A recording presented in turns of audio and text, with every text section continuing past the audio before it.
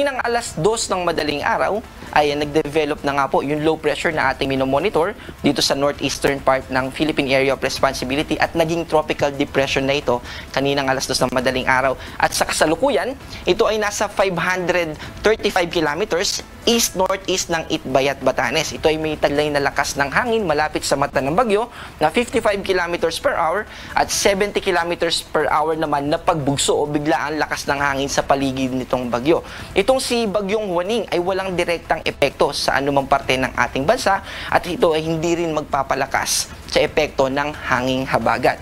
Ang nakakaapekto po sa ating bansa ay yung southwest monsoon, pero focus lang siya dito sa Palawan at hindi rin ito magdadala ng maulap na kalangitan na may dalang mga pag-ulan. Ibig sabihin ay maaliwalas na kalangitan pa rin yung epekto nitong hanging Luzon, except sa Palawan ay mas bawas na moisture na associated dito sa habagat sa kasalukuyan. Dito naman sa western part ng Luzon, particular na sa Ilocos Region, Zambales at Bataan ay magiging makulimlim ang ating kalangitan at nandun din yung mga tsansa ng mga localized thunderstorms. At dito naman sa Metro Manila at sa natitirang bahagi ng ating bansa, asahan natin na makakaranas tayo ng maaliwalas na kalangitan at mababang tsansa ng mga pag-ulan. Ang posibleng na magpaulan lang sa atin ay yung mga localized thunderstorms.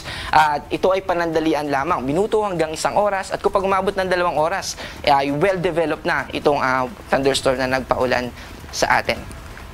At ito po yung ating forecast track para kay Bagyong Huaning. Sa kasalukuyan ay nandito pa rin siya sa paligid o sa loob ng PAR. And then by tomorrow morning, kasalukuyan kasi ay slowly yung paggalaw niya pa-northward. At kapag sinabing slowly ay less than 10 kilometers per hour. Kaya ang estimated time base dito sa ating forecast track ay bukas ng umaga yung labas niya ng Philippine Area of Responsibility. Pero kapag mas bumilis pa yung paggalaw niya pahilaga, posible din na nasa labas na siya ng Philippine Area of Responsibility mamayang gabi. At base din dito sa ating forecast track, no, in terms of intensity, mananatili siya na tropical depression throughout the forecast period. Pero hindi rin natin inaalis yung posibilidad na mag-develop pa ito sa isang tropical storm, pero nananatili na mababa yung posibilidad ng kanyang development.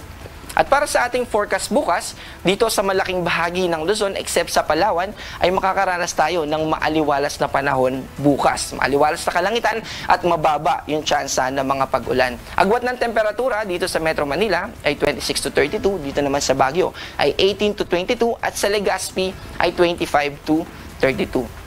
Dito sa Palawan at ganoon din sa Western Visayas ay mananatiling partly cloudy to cloudy skies. Ibig sabihin ay mababa yung tsansa ng mga pag-ulan. Pero sa Eastern Visayas at ganoon din sa buong Mindanao ay magiging maulap ang ating kalangitan bukas at mataas na yung tsansa ng mga pag-ulan. Pero yung mga pag-ulan na yan ay hindi naman extreme. So moderate to at times heavy lamang yung mga pag-ulan na yan. Pero gusto pa rin natin pag-ingatin yung ating mga kababayan.